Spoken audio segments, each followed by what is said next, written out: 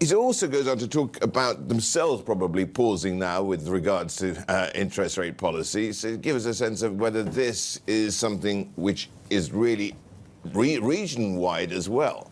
Well, I think basically everyone's anticipating that the Fed will taper its rate hikes down to 25%, and they're fairly close to their peak rate. So maybe there's one, maybe two 25 basis points hikes to go. But once they pause, and I think that would really give a lot of relief to the Asian central banks. We're starting to see inflation numbers stabilize a little bit. They are off their peaks from last year. They are not quite back down to where most of the central banks' comfort zone is. But I think generally, if you put the two together, Fed about to hit peak terminal rate and inflation coming off, that will give them a little bit room not to have to do back-to-back hikes at least. Yep. I think a lot of them are actually. And also the dollar's doing some of the heavy lifting for them given its decline. That's right. So if you look at the dollar rupiah, for instance, it's trading slightly below the 15,000 handle. And I think foreign interest is coming back into the Indonesian government bonds. In fact, we see fairly strong demand at the recent bond auctions. So it's a good sign. It's encouraging. Money is coming back into the region, basically on the play for carry. And Indonesia, with relatively high interest rate levels, and the Fed on pause mode or nearing pause mode, I think effectively that's a story for risk appetite. Selena, David here in Hong Kong. A lot of, I wouldn't say a lot, sorry.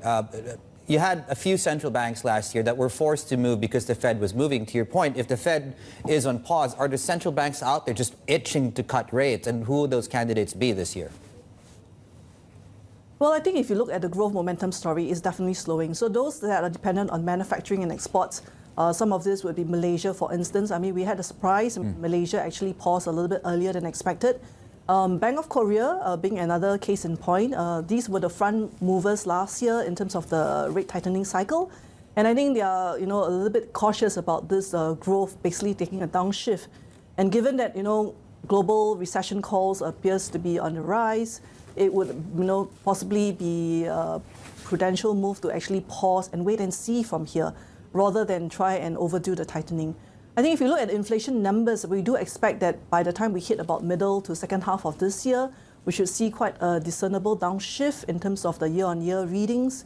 It will be a story of disinflation, meaning that the month-on-month growth rates in inflation will taper off, but not quite outright deflation, meaning we're not expecting negative inflation prints by any means.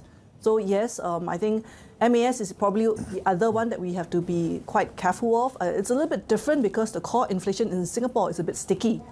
But I think, past the April review, whether they move or they don't move, there should be fairly limited impact, I think, on the Sing interest rates because we are also seeing that downshift in growth, although the core inflation levels remains elevated.